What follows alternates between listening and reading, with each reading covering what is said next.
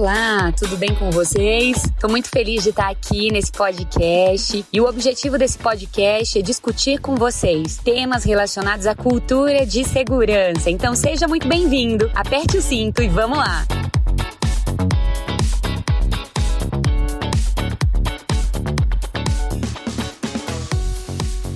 O que eu e você temos que pode nos ajudar a perceber os riscos? A primeira coisa que eu e você nós temos para perceber os riscos é a nossa intuição. Toda a experiência de vida que a gente já teve nessa companhia, em outra companhia, na nossa educação, na nossa criação, a ponto de muitas vezes a gente lê um relatório, a gente analisa um projeto e a gente já faz algumas ponderações ali.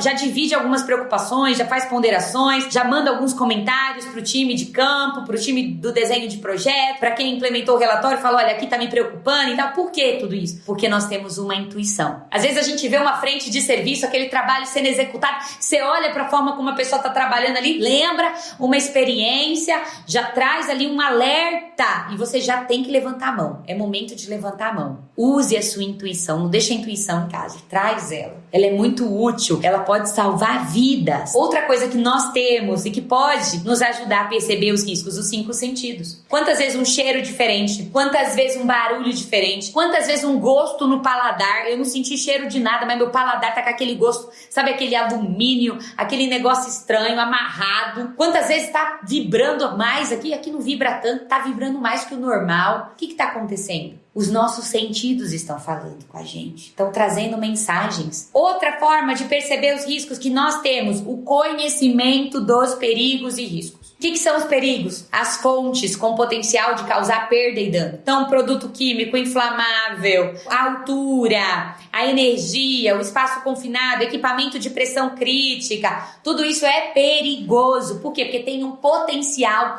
de causar perda ou dano.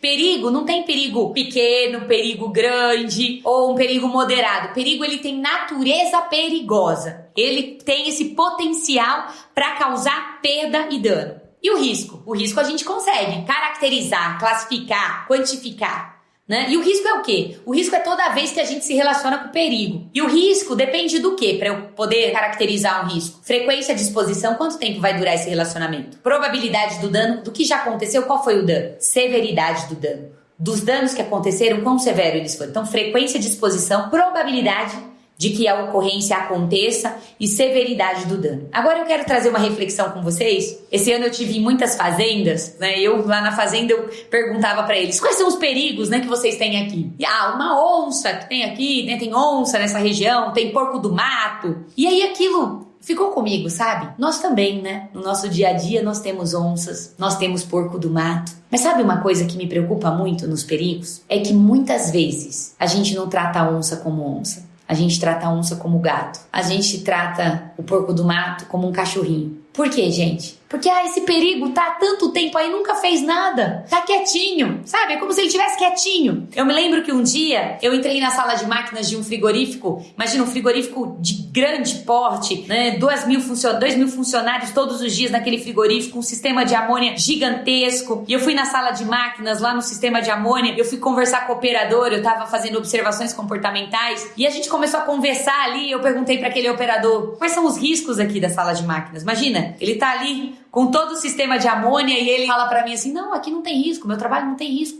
né? E ele me falou, eu tô aqui há 34 anos, não tem risco não. Quantas vezes o porco do mato virou um cachorro, mansinho, um pet, a onça virou um gato? A gente não enxerga mais o perigo, a gente não enxerga. A gente já não se preocupa mais com ele, parece que ele tá controlado. E ele tá ali quietinho, sabe? Quietinho até a hora que a gente vai esfriando nos controles, esfriando nos controles, esfriando nos controles. E aí o perigo se manifesta com o seu potencial de perda, com o seu potencial de dano. Gente, não podemos deixar as onças virarem gatos. A gente precisa ter esse olhar para os perigos e os riscos. Nós não podemos entrar em atividades, né, de riscos achando que só porque nunca aconteceu nada, nunca vai acontecer. Só não aconteceu ainda. Ok? Outra coisa que nós temos e que pode nos ajudar a perceber os riscos, a memória de acidentes. Ou seja, sabe as histórias que você tem, que você vivenciou? Aquelas histórias que te contaram, que você traz e que são parte da sua memória. Tem gente que tem memória e que às vezes vai entrar numa rodovia e naquela rodovia X ele tem uma memória. Então ele já dirige de outro jeito, ele já tem outro comportamento, porque as nossas memórias conversam e influenciam o nosso comportamento. Nós precisamos construir memória, né? Nós temos pessoas que muitas vezes estão entrando agora, que nunca vivenciaram um acidente, que muitas vezes eles estão recebendo a segurança. Fala, pô, mas caramba, a segurança é tudo isso, mas ele não tem memória. Nós precisamos construir memória, nós precisamos contar as histórias que já aconteceram. E sabe o que é tão interessante na história? A história tem um poder tão grande de influenciar o comportamento, as crenças e os valores, que hoje a gente até fala do quê? De storytelling, não é mesmo? Tem tantos cursos de storytelling. Por quê, gente? Pelo poder da história. Quando a gente conta uma história para alguém, no momento em que a gente está contando a história para alguém, esse momento ele é tão precioso, porque conforme a gente vai dando riqueza de detalhes, a gente vai falando o que aconteceu,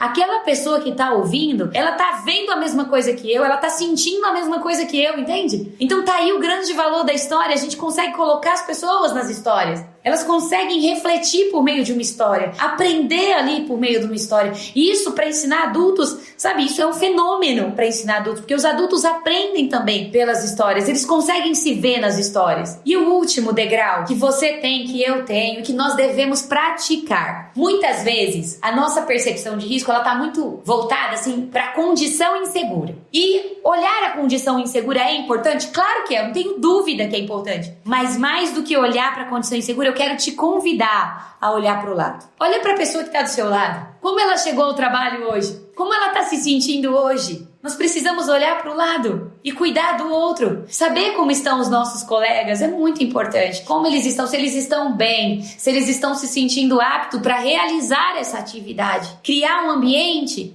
onde mais do que ser seguro para o trabalho, precisa ser seguro para falar. Se eu não me sinto bem, eu posso falar, olha, não me sinto bem, eu não estou bem hoje. Então nós como líderes, nós somos responsáveis por tornar o ambiente seguro para falar. Eu espero que esteja fazendo sentido essa conversa com vocês.